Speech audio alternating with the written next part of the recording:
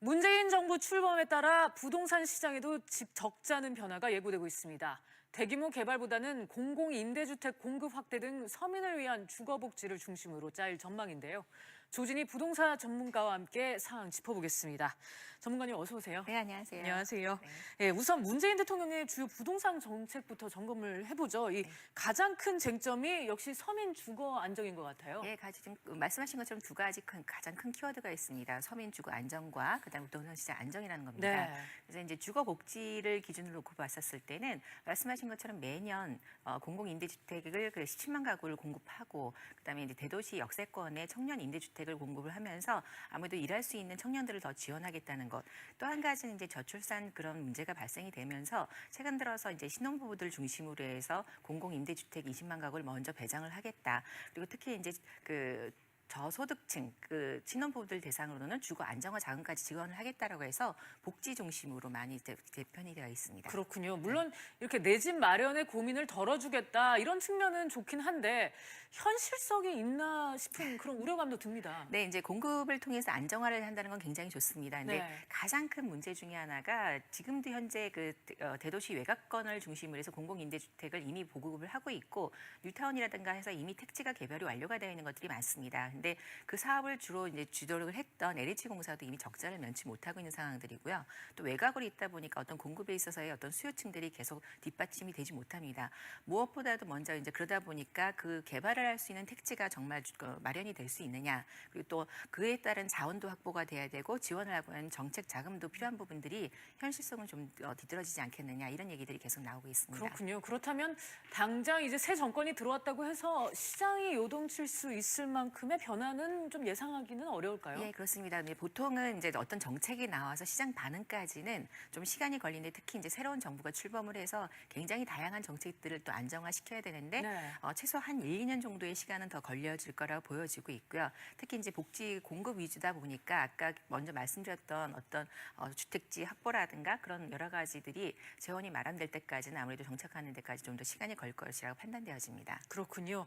왜 이렇게 새로운 정부가 들어오면 또 전 정부에서 도입했던 정책들에 대한 이런 점검이라든가 네. 그런 게 들어가는데 이번에는 이제 또 뉴스테이에 관련해서도 그런 분위기가 있다면서요. 네, 물론 이제 서민들만 중심으로 되는 것이 아니라 이제 작년에 워낙에 반응이 좋았던 뉴스테이 같은 경우는 어떻게 보면 분양 시장과 공공 임대 시장의 어떤 그 틈새를 노리고 있는 전략이라 볼 수가 있습니다. 네. 기업 입장에서는 어떻게 보면 세수를 좀 더 안정화시키면서 안정적인 공급을 할 수가 있고 특히 이제 8년 뒤에 매도 차익을 했었을 때 어떤 기대 수익도 볼 수 있습니다. 거꾸로 이제 중산층을 위한 정책이다 보니까 일반 아파트, 공공 임대주택보다는 좀 더 좋은 품질의 아파트를 살면서 8년간 장기적으로 좀 더 안정적인 거주를 할 수 있다는 점에서 곽강을 받았습니다. 그래서 올해도 또 이제 그 정부에 의해서도 계속 유지가 되지 않을까 그렇게 생각되어집니다. 그렇군요.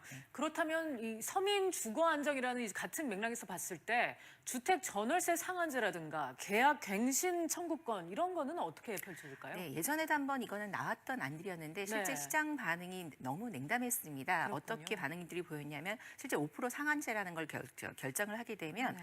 임대를 놓는 그 소유자들 입장에서는 아예 그 가격을 인상한 가격으로 처음부터 계약을 유도를 하려고 하고 네. 특히 이제 전세 이제 그 계약 갱신권에 있어서의 가장 큰 문제 중에 하나는 2년이 아니라 4년까지 되다 보니까 전체적인 가격을 상승하는 그런 시장 반응들이 보였습니다. 그래서 실행을 하려고 하다가 오히려 없어졌던 그 안들이기 때문에 이것도 역시 시장 반응에 의해서 또 안착하기는 힘들지 않을까 보고 있습니다. 네.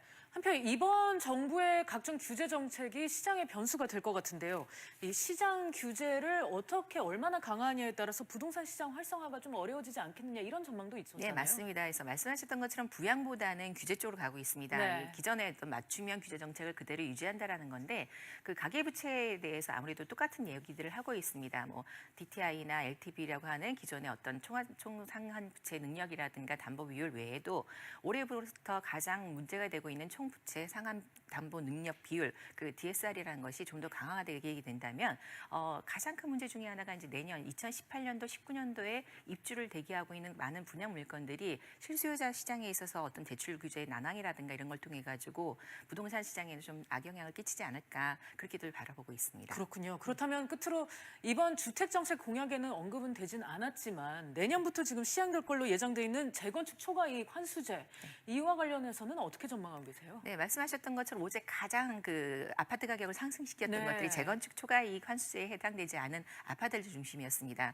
그러다 보니까 아무래도 올해 말까지 관리 차원 인가 계획이 나는 아파트들은 더 상승할 수밖에 없고 내년부터는 또 이제 그 초과이득이 3천만 원이 넘어가는 부분에 대해서는 50% 이상 초과이익을 환수하겠다 이런 정책에 따라 하다 보니까 신규 공급이 오히려 줄어드는 상황들이 될 수밖에 없습니다. 현재도 통계적으로는 뭐 서울 주택 보급이 한 95% 된다고 하는데 신규 아파트 가격이 거의 이제 그 공급량이 거의 없다라고 보여진다고 한다면 기존 주택들이 더 가격이 오르는 현상들이 나타날 수밖에 없겠죠. 네.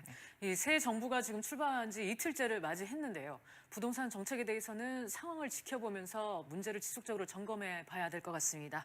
지금까지 말씀 감사합니다. 네, 감사합니다.